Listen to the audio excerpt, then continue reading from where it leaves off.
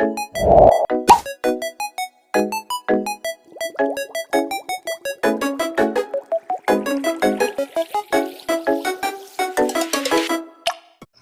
begin. So, given the problem or the statement is every student has at least one course they are not enrolled. We're going to identify the quantifiers, then the predicates. Let's start with the quantifiers.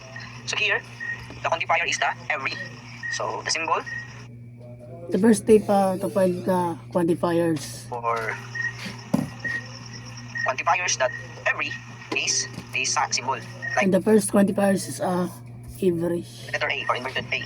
And the second quantifier here is the at least. So the symbol we used here is the And the second quantifiers is at least. mirrored E. And that's all for the quantifiers. Now, for the predicates, students here is the predicate. Is student. And the second step is to find the predicate of the sentence. The second predicate here is the course. Course. The first predicate is a student, and the second predicate is course, Last but not the least is the enrolled. So, and the third predicate is enroll. enrolled. Now let's convert this predicate into a predicate notation. Okay, so as you can see, I already write it down. So student here means X is a student, and course is Y. Y is a course. So here is student is the predicate that represents X, and here is course that represents Y. So the other predicate that we transport to notation is the enroll. So you can read this as student X is enrolled in course Y. But since we need to negate this one, as you can see here in the statement there are not, which indicate that you need to negate this. Okay, so the statement or the notation become not enroll X and Y.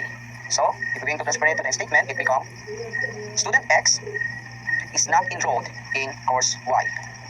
Now let's try to transform this statement from that identified given to a predicate. To convert the statement of the predicate notation, we have to find the two quantifiers and predicate.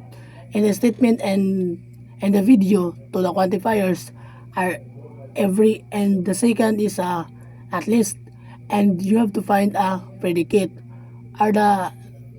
R is a student, and the second is course, and the third is enroll, and you need to letter as a represent to the quantifiers. Notation. So this is the predicate notation, as you can see. Now let's identify why it become like this. So let's start with the quantifiers. So this for all, so that's a for all, and the other one is the there exists at least one. Then we also use the student as a predicate, and inside that student is also is the course. The other one is the enroll. So okay, we draw a line. So here, instead of using enrolled, since the statement is not enrolled, we use the negated enrolled. Okay? So that's how you convert the statement to predicate notation. Okay? That's all. Thank you for watching.